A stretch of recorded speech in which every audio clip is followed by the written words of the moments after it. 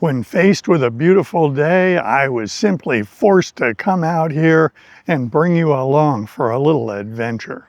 I'm Joseph, this is Input English. It's wintertime here in Northern California, but frequently during the winter we do get spring-like days. With modern weather forecasting, we can usually anticipate such days.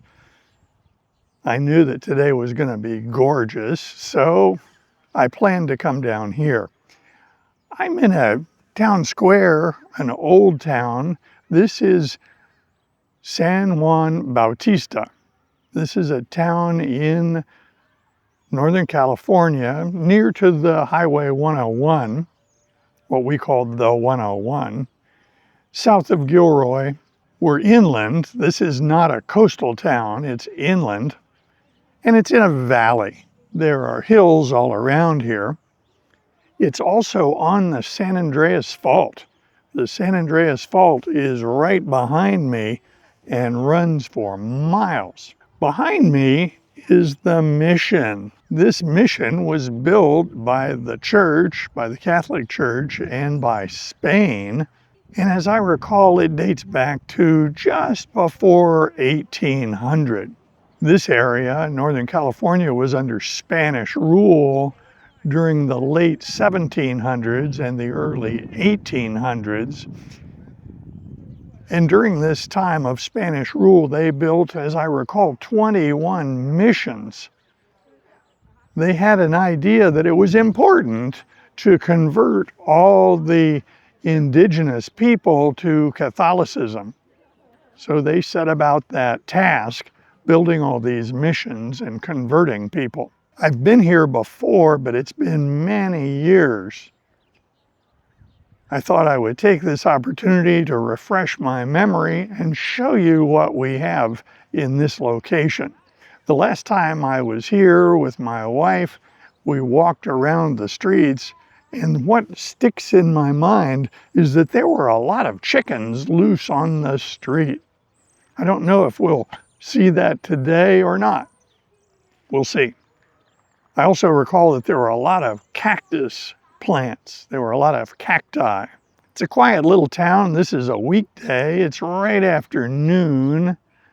There are some groups of school children here. To my left, there is a group of school children receiving a lecture or a briefing from a ranger.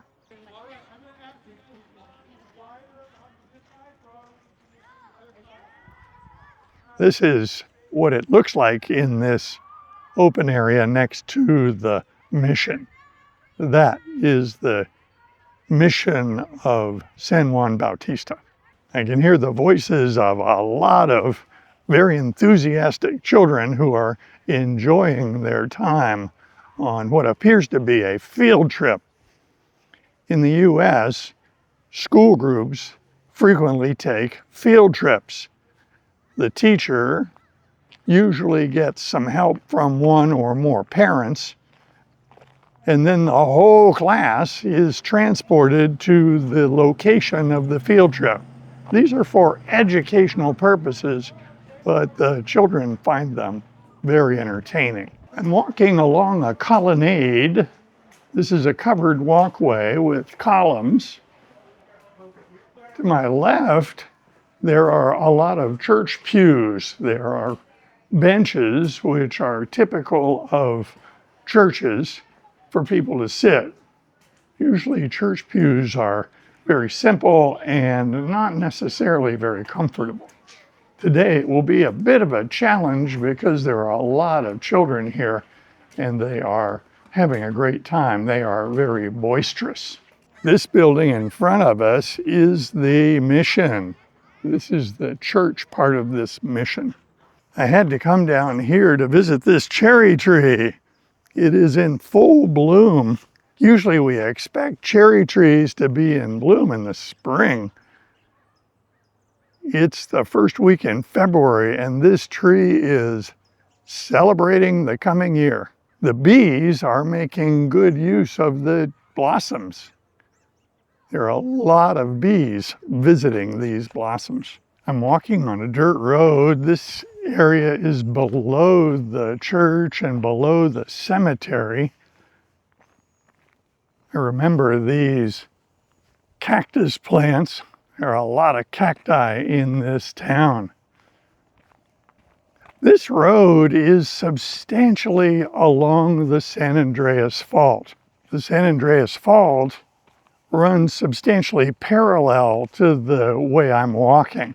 Even though this area is the San Andreas Fault, or is where the San Andreas Fault runs through this place, to my eye, there are no outward signs of the exact location of the fault. This came up in a previous video when I took you along for a walk to an area where the San Andreas Fault ran through a park. On that walk, there were no obvious outward signs of the fault, but there were posts that were inserted into the ground that told us where the fault ran. Here I don't see much. To my right, there is a large, very old retaining wall, and that wall supports the cemetery.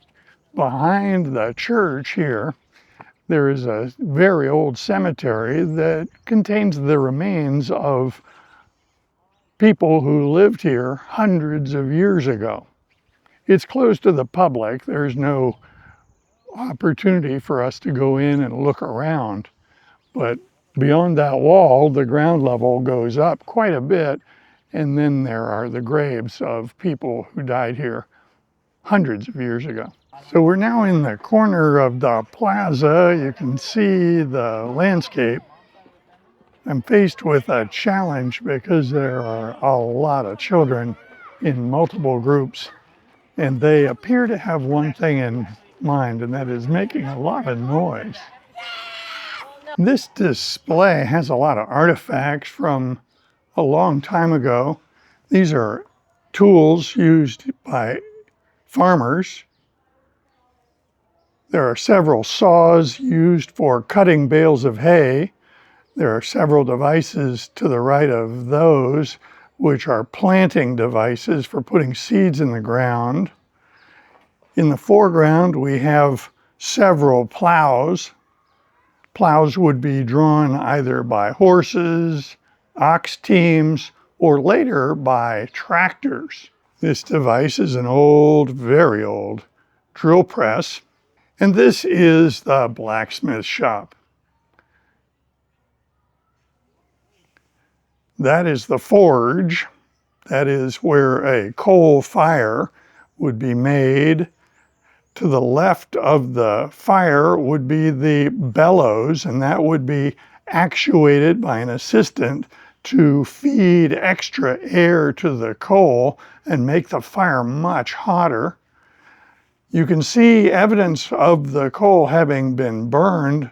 On the top of that forge, there are cinders. Cinders are what remains after coal is burned. This is an anvil. This is a pole vise used by blacksmiths in their forging activities. On the wall, there are a bunch of tools which would be used by the blacksmith. Sometimes there is some confusion about blacksmithing versus people who put horseshoes on horses. Someone who puts horseshoes on horses is a farrier.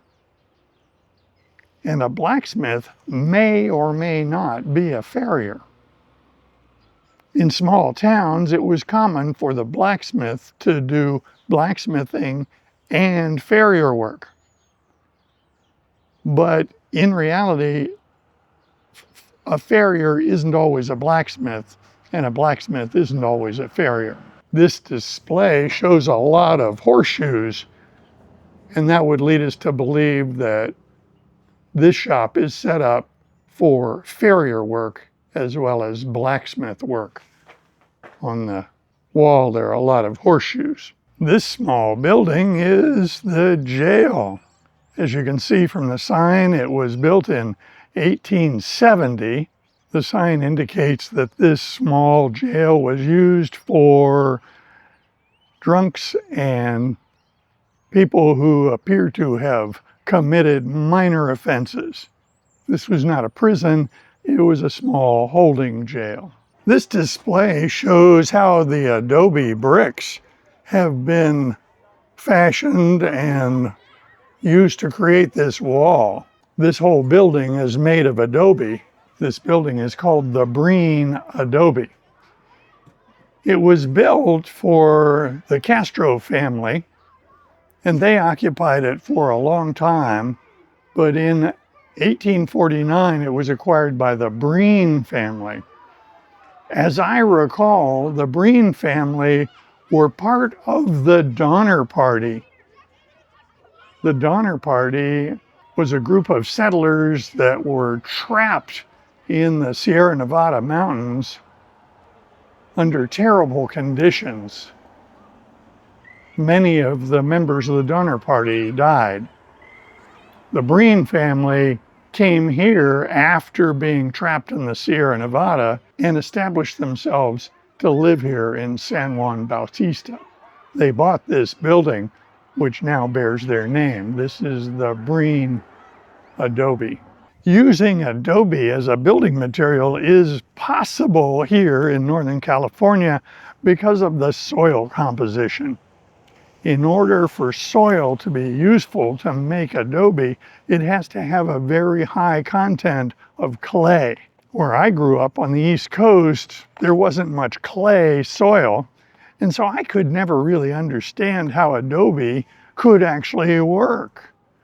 When we were in school, we were taught that people made bricks out of adobe. We were taught that soil was moistened with water and then formed into bricks and then dried in the sun. The soil around where I grew up would not function in that way because there was very little clay in that soil. If I were to have collected soil from where I lived and then mixed it up with water and dried it in the sun, it would immediately have fallen apart. But here, because of the high clay content in the soil, these bricks dried in the sun hold together very well. Buildings made out of adobe are quite durable if maintained properly. Having left the area of the mission, I also got away from the huge number of children. Don't get me wrong, I like kids, but in large numbers for somebody trying to create content for comprehensible input, they pose quite a challenge. Their behavior is unpredictable, and as a group, they are very loud. I turned my camera off and I was walking among them in the vicinity of the mission. The children quickly saw my video gear and asked me if I was recording. I assured them I was not. They wanted to know the name of the channel and they wanted me to film them for YouTube. Of course, I didn't accommodate them in that request. That would not be appropriate. In general, this town is very quiet. There are several antique shops. There are some boutiques, but there's not a lot of activity, not a lot of people out and about. One of the shops caught my eye. There were a lot of old clocks on display and offered for sale. I went in and spoke with the owner and quickly confirmed that he was the one who was repairing those clocks. He was an expert in clock repair. Compared to my previous experience here, what is missing is chickens. The last time I was in this town, perhaps on the next street down, there were a lot of chickens in the street. There are a lot of fruit trees here. Here you can see some peach trees. Most of these fruit trees don't have any foliage because it is winter. That tree has foliage, but that is a citrus tree. That appears to be a lemon tree. Lemon trees don't lose all their leaves the way peach trees do. Behind me are these huge cactus plants that I recall from my previous visit. Cactus plants are very prominent in this small town. I don't know if these cacti are edible. There is a dish very popular in Mexico called nopales, which is made from cactus leaves. And I believe that cactus fruit are also edible. Well, something happened. Something good happened, actually. I walked back to the plaza adjacent to the mission, and what I discovered is that the children have loaded into school buses and have, for the most part, departed the scene. This plaza is now super quiet. You can get a nice overview of what it's like. I'm standing here in this large grassy plaza. You can see the colonnade for the mission. The church of the mission is on that end. As I turn, the Plaza Hotel comes into view. Behind me is the Plaza Hall, and then beyond it is the livery stable. These are all historical buildings. The last time I was in San Juan Bautista was more than 10 years ago, long before the pandemic. As I recall, it was a quiet little town, and as I said, I remember a lot of cactus plants and a lot of chickens. On this visit, I noticed that it is even quieter, except for the large number of school children who were here to visit this historical site.